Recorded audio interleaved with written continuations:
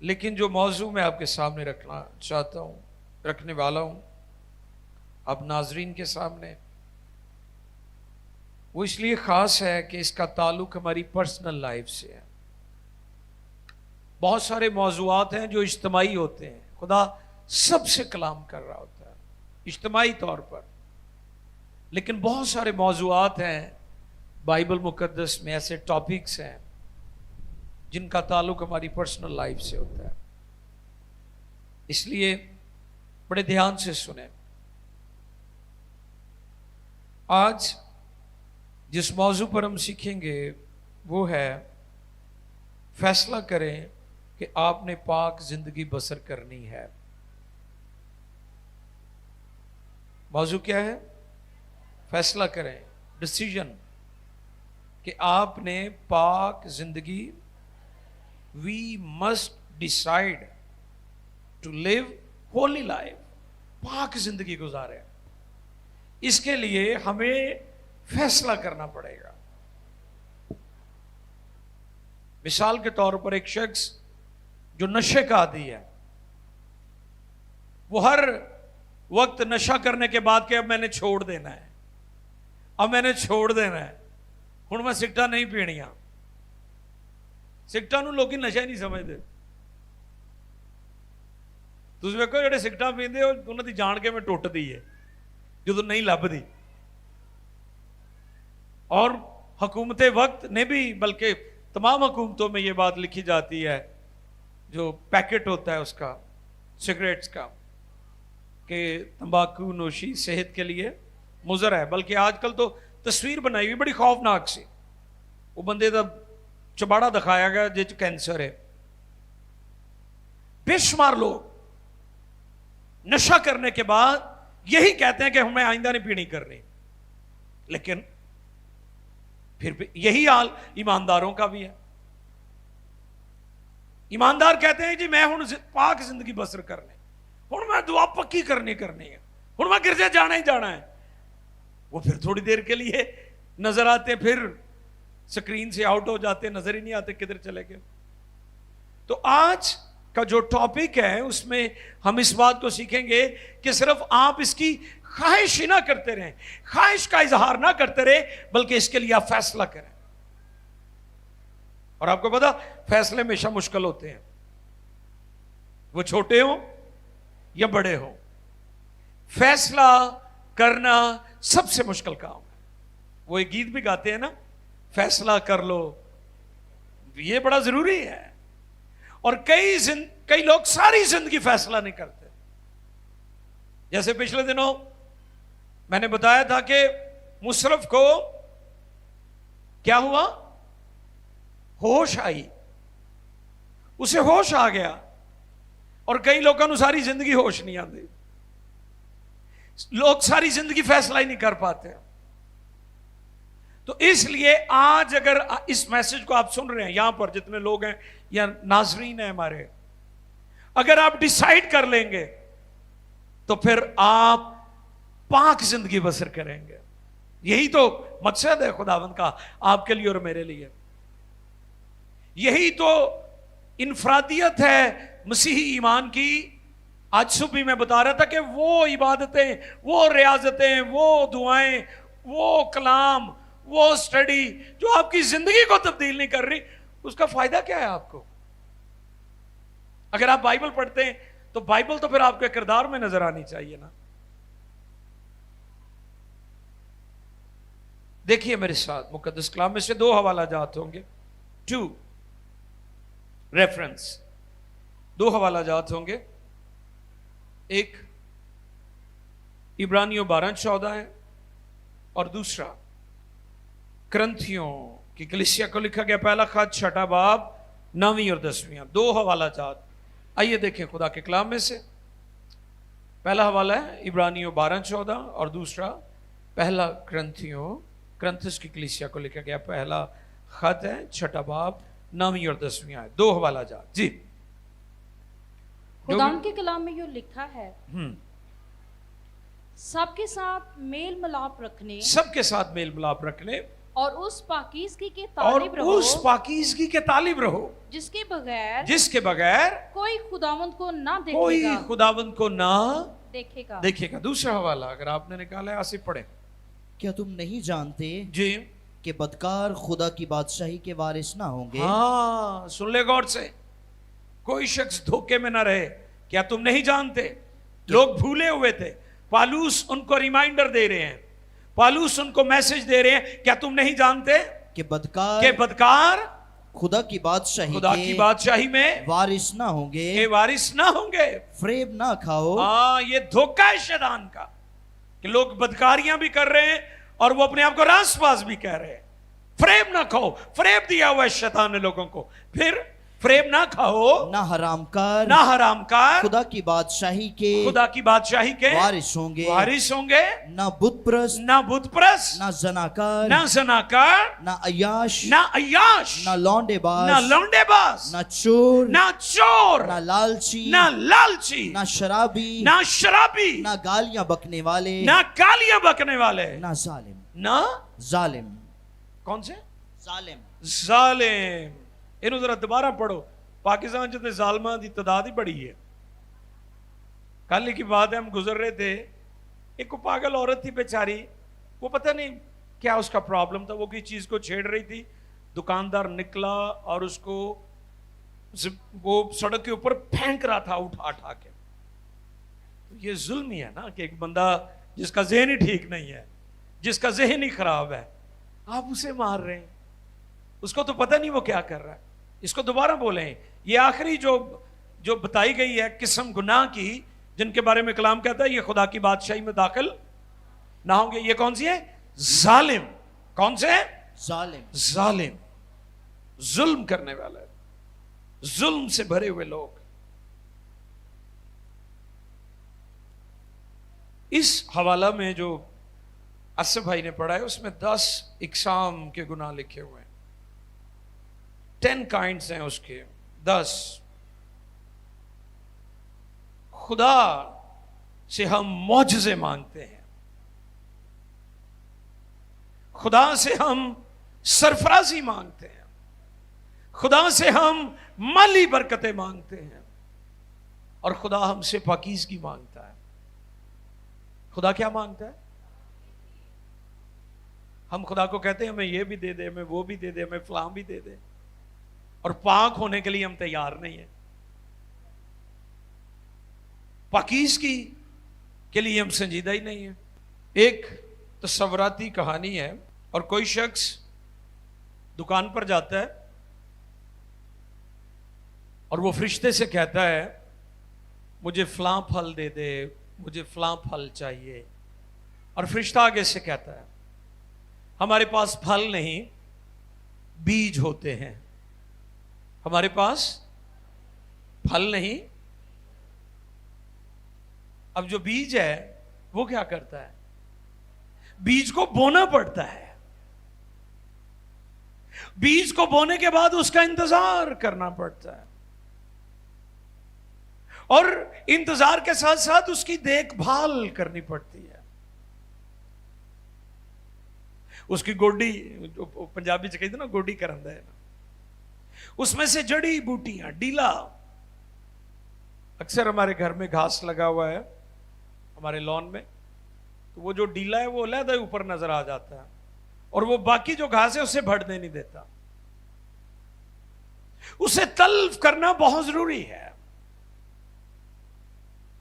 बीज को बोना पड़ता है, बीज के लिए मेहनत करनी पड़ती है, बीज के लिए इंतजार करना पड़ता है, बीज बोने के बाद उसकी रखवाली करनी पड़ती है। आप याद रखें, आपकी रूहानी जिंदगी में जब तक बीज नहीं बोया जाएगा आप फलदार नहीं हो सकते। आप कहते हैं मुझे फौरन फल मिल जाए। हर कोई शख्स फल हासिल करना चाहता है, फल से लुत्फ अंदोज होना चाहता है, सरफराजी से लुत्फ अंदोज होना चाहता है, रूहानी बरकतों से लुत्फ अंदोज होना चाहता है, माली ब्लेसिंग्स चाहता है, सरफराजी चाहता है, बुलंदियां चाहता है। लेकिन खुदा चाहता है कि आप पाक हो जाएं, खुदा आपसे ये तवक्को रखता है कि आप फलदार जिंदगी बसर करें, उसके लिए बीज बोना पड़ेगा। आइए जरा एक और हवाला देखें, फिर आगे बढ़ते हैं। कुरिन्थुस की कलीसिया को दूसरा खत लिखा गया जो है पौलुस रसूल का, दूसरा कुरिन्थियों दूसरा बाब 11वीं आयत, दूसरा खत है कुरिन्थुस की कलीसिया को लिखा गया और उसका दूसरा बाब है, 11वीं आयत मुकद्दस है। ताकि शैतान का हम पर दाव ना चले, ताकि शैतान का हम पर दाव ना चले, क्योंकि हम उसके हीलों से ना वाकिफ नहीं। हम उसके हीलों से ना वाकिफ, यानी हमारे लिए ये कोई हैरानी की बात नहीं है, अमेज नहीं है हम कि शैतान ने हमला कर दिया, या आप कहें कि जी ओ मैनू तो पता ही नहीं चलिया, शैतान ने तो मैनू एवं ही बहका लिया और ऐसे ही मुझे धोखा दे दिया, ऐसे ही मुझे उसने जो है जाल में फंसा कर मुझे गिरा दिया है। पौलुस रसूल खबरदार कर रहे हैं, ईमानदारों को खबरदार कर रहे हैं। और क्या खबरदार कर रहे हैं कि आप तो माइक में बोल लेना आप, ताकि शैतान का, हाँ जी, ताकि शैतान का हम पर दाव ना चले, क्योंकि हम उसके हीलों से ना वाकिफ नहीं। क्यों हम पर नहीं वो चला सकता अपना वार? क्योंकि हम उसकी सारी मकारी, फरेब, धोखा, चालाकी से पूरे तौर पर वाकिफ है, पूरे तौर पर वाकिफ है। हमें पता है कि वो कैसे कैसे काम करता है। आपने देखा होगा अक्सर आप चर्च के लिए निकलने लगते हैं तो कोई ना कोई तानू शैतान दी टूटी लाजमी राज लभ जाएगी, ये ਤੁਹਾਡੇ ਘਰੋਂ ਹੀ ਦਿਲ ਕਰੇ ਤੁਹਾਨੂੰ ਮਰੋੜਨ ਲਈ ਲੈ ਵੀ ਇਹਦੀ ਤੇ इबादत खराब कर। तो अगर तो आप समझदार हैं तो फिर आप होशियार हो जाएंगे, लेकिन अगर आपने कलाम को ध्यान से नहीं पढ़ा, ना सुना, तो फौरन जल्दी आप उसके ट्रैप में आ जाएंगे और आप बुरे तरीके से जख्मी हो जाएंगे। और यही काम है शैतान का कि वो आपकी जिंदगी में मुदाखलत करे, तीर मारे, आपको घायल करे, जख्मी करे, मुख्तलिफ तरीकों से वो आपको ट्रैप करके आपकी जिंदगी में मुदाखलत करता रहे। लेकिन चूंकि मेरा टॉपिक जो है वो पाकीज़गी है, पाकीज़गी की तरफ फिर मैं आना चाहता हूं कि हमें डिसाइड करना है। हम सिर्फ डिसाइड ना करें बल्कि डिसाइड करें, हम फैसला करें। फैसला कर लो तुम किसकी परस्तिश करोगे, ये फैसला करना पड़ेगा आपको, वरना तुसी गिरजे आंदे रहना वा, ठीक है, ते इबादत करते रहना वा, गीत गाते रहना वा, लेकिन जिंदगी च पाकीज़गी कोई नहीं आनी। इसके लिए डिसाइड करना पड़ेगा। यही आज प्रॉब्लम है कि इस पर चर्च में बात नहीं की जाती, लोग नाराज हो जाते हैं। मसलन जो शराब पीने वाला है, सिगरेट पीने वाला है, वो मेरी कलीसिया च नहीं आन लगा, उन्हें पता उत्थे इसके खिलाफ गल की जाती है। और इसी तरह बाकी जो गुनाहों का जिक्र है, 10 गुनाहों का जिक्र है, वो नहीं आएगा इधर, क्योंकि उसे पता है वहां पर इसके खिलाफ तालीम दी जाती है। इसलिए लोग चिकनी चौपड़ी बातों को सुनने के आदी हो चुके हैं। शुगर कोटेड मैसेजेस जो हैं वो उन्हें बड़े पसंद हैं। वो ऐसी जगह ढूंढते हैं जहां पर ऐसी टीचिंग दी जाती है जिससे लोगों की जिंदगी का कोई लेना देना नहीं है। वो रस्मी फर्जी इबादतें करके घरों को वापस आ जाते, चले जाते हैं।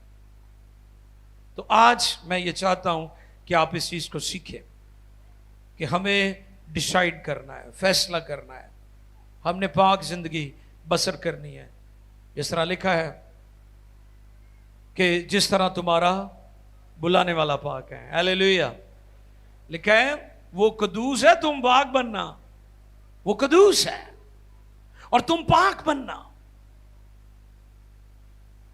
लिखा है उसी तरह तुम भी अपने सारे चाल चलन में पाक बनो। क्या बनो? सारे चाल चलन में, चंद एक बातों में नहीं, सारे चाल चलन में हमें दुरुस्त होने की जरूरत है। 4 पॉइंट्स हैं जो मैं चाहता हूं आप भी नोट कर लें। सबसे पहले इब्लीस आपकी स्पिरिट पर अटैक करता है, आपकी रूहानी जिंदगी पर, जहन पर, सोचों पर, तसव्वुरात पर, जज्बात पर। आपको पता है कि आपकी जो सबसे ज्यादा लड़ाई है वो यहां पर चल रही होती है, आपके दिमाग में।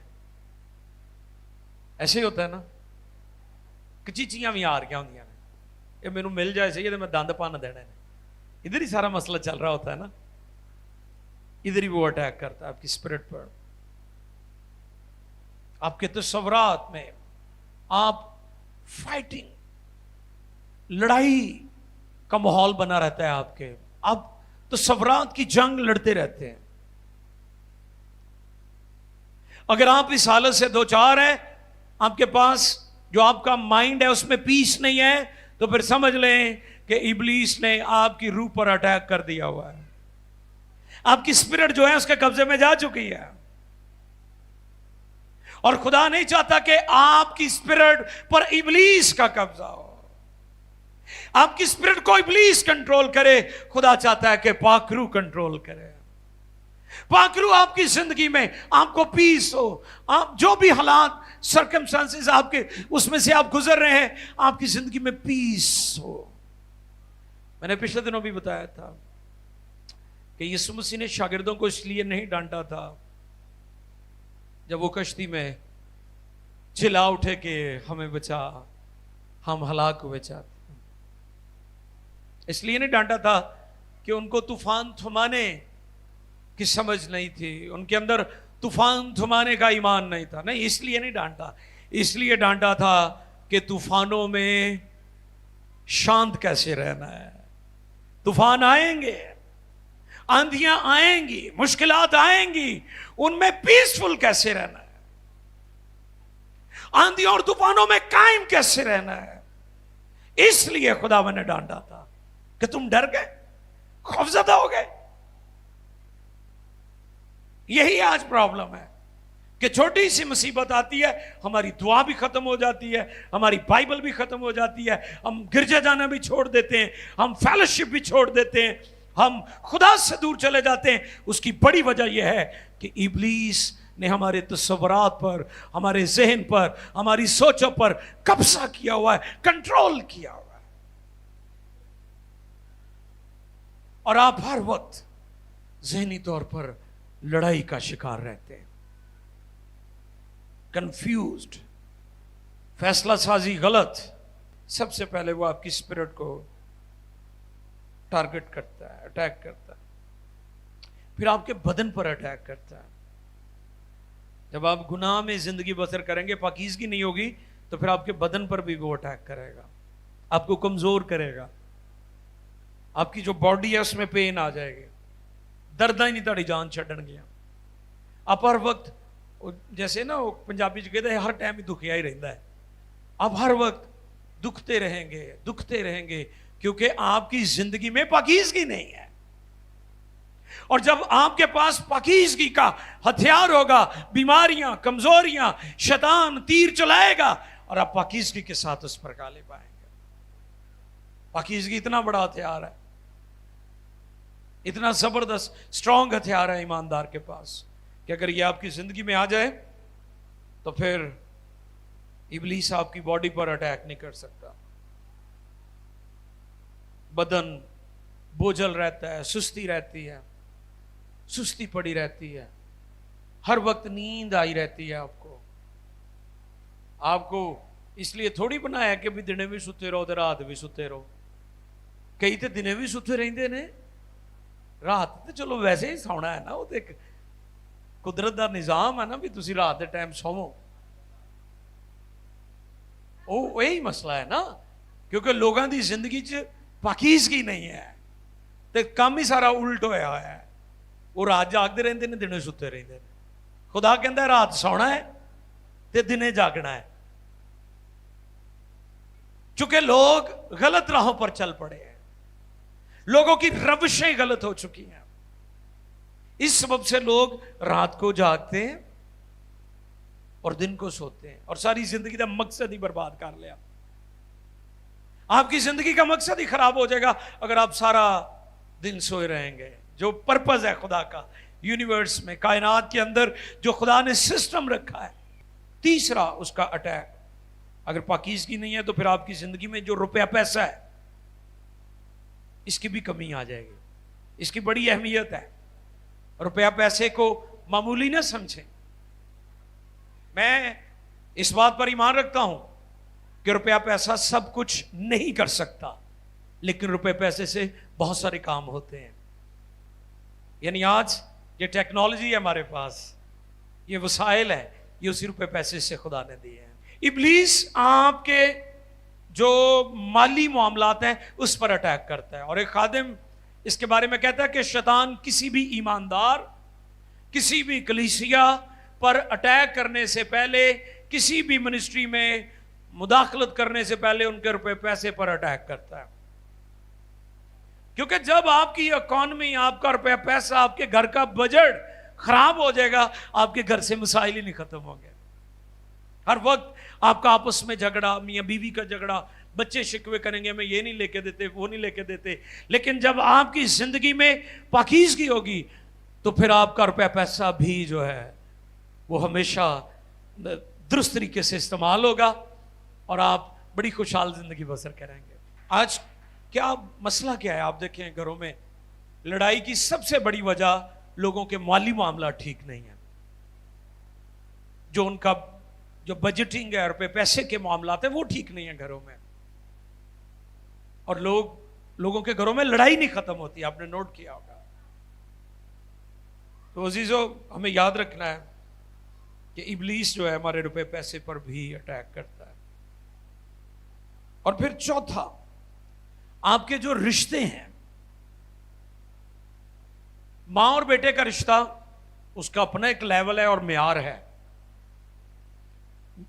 میاں بیوی کا, ہسبینڈ وائف کا رشتہ, اس کا اپنا ایک معیار ہے. لیکن ابلیس ان رشتوں میں خرابیاں پیدا کر دیتے ہیں. یہاں تے امی دی پوری گل منی جاندی ہے, بھی جو امی نے کہا تو وہی ہونا ہے, تو یہاں پھر خاتون اول دی گل منی جاندی ہے. سنیں, میں یہ چاہتا ہوں کہ ماں اور باپ کا جو عظیم رشتہ, اس کی بھی ہمیشہ قدر کریں اور اپنی بیوی سے بھی محبت رکھیں. کلام اس کی ہمیں تعلیم دیتا ہے. بہن بھائیوں سے بھی پیار کریں, رشتہ داروں سے بھی, دوستوں سے بھی. یہ نہیں کہ ساری فیملی کا پیار آپ دوستوں کو دے دیں, یہ بھی ٹھیک نہیں ہے. کیونکہ کئی لوگوں کو ہم نے دیکھا ہے کہ وہ دوستوں کی خاطر اپنے عظیم رشتے گنوا دیتے ہیں. تو ہمیں تمام جو رشتے ہماری لائف میں, ان کو ہم نے ان کی جگہ پر رکھ کر دیکھنا ہے. اور کلام جس کی ہمیں تعلیم دیتا ہے, اس کو ہم نے اس پیٹرن, اسی طریقے کے ساتھ جس طرح بائبل مقدس ہمیں بتاتی ہم نے دیکھنا ہے, تو پھر شیطان کو کبھی موقع نہیں ملے گا. کیوں لوگ آج ناکام زندگیاں بسر کر رہے ہیں؟ کیونکہ ان کے گھروں میں آپ دیکھ لیں جو رشتے ہیں ان میں بہت زیادہ تناؤ ہے, اور ہمیں ایک دوسرے پر ٹرسٹ کرنا ہے, اعتماد کرنا ہے. میں یوسف کے بارے میں بہت زیادہ, داؤد اور یوسف پر میں بہت زیادہ ٹیچنگ دیتا ہوں, خاص طور پر جب سیمینارز یا ہماری کوارڈینیشن میٹنگز ہوتی ہیں. میرے سامنے داؤد اور یوسف کا جو کریکٹر ہے وہ بہت بڑے کردار ہیں. یوسف کے بارے میں غور کرتا ہوں کہ خدا کا بندہ یوسف, جب اس کا مالک اس پر اعتماد کر رہا تھا, اس پر بھروسہ کر رہا تھا, اور اس نے اپنے گھر کے دروازے اس کے لیے کھول دیے تھے, تو یوسف نے اس کے اعتماد کو ٹھیس نہیں پہنچائی. حالانکہ اس کی بیوی بدکار تھی اس کے مالک کی, اور وہ اس کے ساتھ بدفعلی کرنا چاہ رہی تھی. لیکن یوسف نے جو اس کی لمٹس تھی، جو اس کی حدود تھی، اس نے ان کو کراس نہیں کیا. اب غور کریں، یوسف اپنے مالک کے اعتماد پر بھی پورا اترا ہے اور اپنے خدا کے اعتماد پر بھی. یہ بات میں آپ کو سکھانا جا رہا ہوں.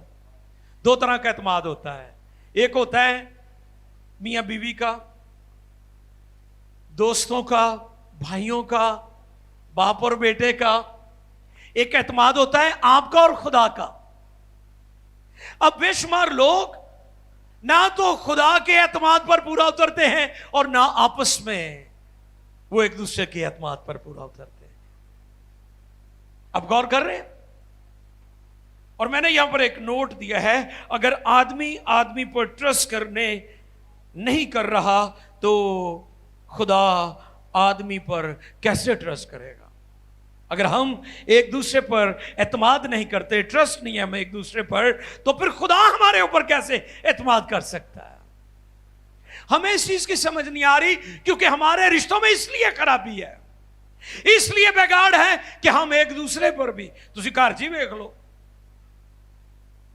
تسی گھر جی ویکھ لو کہ لہدا ہی پاکٹاں بڑیاں ہوندیاں نے تے ایک دوسرے کو جھوٹ بولی جاندے، میرے کو تو پیسے کوئی نہیں گئے، میرے کو تو پیسے. ہم ایک دوسرے پر اعتماد نہیں کر رہے، ہم ایک دوسرے کو جیتنے کی کوشش نہیں کر رہے. اور جب ہم آدمیوں پر بھروسہ نہیں کر رہے تو خدا ہم پر کیسے بھروسہ کرے گا؟ ہمیں غور کرنا ہے اس پر. اور ابلیس ہمارے رشتوں کو خراب کرتا ہے، بگاڑتا ہے، بے اعتمادی پیدا کرتا ہے. آپ کو اپنی دیانتداری ثابت کرنا ہے، آنےسٹ ہونا ہے. آنےسٹی بہت ضروری ہے. آنےسٹی جو ہے اس کو اپنانے کی ضرورت ہے. جو پاکستان میں نہیں کہہ سکتا ہوں سب آنےسٹ نہیں ہے، بہت سارے لوگ ہیں، کیونکہ خدا ہمیشہ اپنے لیے ایسے لوگوں کو بچائے رکھتا ہے. آنےسٹ لوگوں کی ضرورت ہے. پاکستان میں سیاسی طور پر بھی آنےسٹ لوگوں کی ضرورت ہے. پاکستان میں کلیسیائی جو لیڈرشپ ہے، روحانی طور پر آنےسٹ لوگوں کی ضرورت ہے. آپ دیکھیں کہ جن پر آپ زیادہ اعتماد کر رہے ہوتے ہیں، کئی دفعہ وہی آپ کو دھوکہ دے جاتے ہیں. اور میں اکثر کہتا ہوں کہ خدا پیار ساری دنیا سے کرتا ہے، اعتبار ساری دنیا پر نہیں کرتا. خدا کا پیار سب کے لیے ہے. تو میرے عزیز، آج کلام خدا میں سے جو خاص بات ہے وہ یہ ہے کہ فیصلہ کریں کہ آپ نے پاک زندگی بسر کرنی ہے. آپ کو کوئی دیکھے یا نہ دیکھے، آپ کو خدا دیکھ رہا ہے. خدا کی نگاہ آپ کے اوپر ہوتی ہے. اگر آپ کچھ غلط کر رہے ہیں، رات کی تاریکی کا فائدہ اٹھا رہے ہیں، کسی کے سامنے نہیں کر رہے، لیکن خدا آپ کو دیکھ رہا ہوتا ہے. اور جس دن آپ خدا کے اعتماد پر اتر آئے، دیانتداری ہو گئی آپ کی زندگی میں، تو پھر زمین پر آپ کے رشتے خود بخود ٹھیک ہو جائیں گے. اور میں اکثر کہتا ہوں کہ جب ہمارا آسمانی کنیکشن ٹھیک ہوتا ہے تو زمین کے سارے کنیکشن ٹھیک ہوتے ہیں. جب ہمارا خدا کے ساتھ جو رشتہ ہے وہ درست ہوتا ہے تو زمین پر باقی سارے رشتے درست ہوتے ہیں. اور جب ہمارا خدا کے ساتھ کنیکشن ٹوٹ جاتا ہے تو پھر نیچے والے کنیکشن خود بخود خراب ہو جاتے ہیں. تو اس لیے بہت ضروری ہے کہ ہم اپنے خدا کو خوش کریں، اس کے ساتھ پیوست رہیں، اس کے ساتھ جڑے رہیں، اس کی حضوری میں جھکے رہیں، اور اپنی زندگی میں ہمیشہ اول درجہ، فرسٹ پرائورٹی اپنے خداوند کو دیں.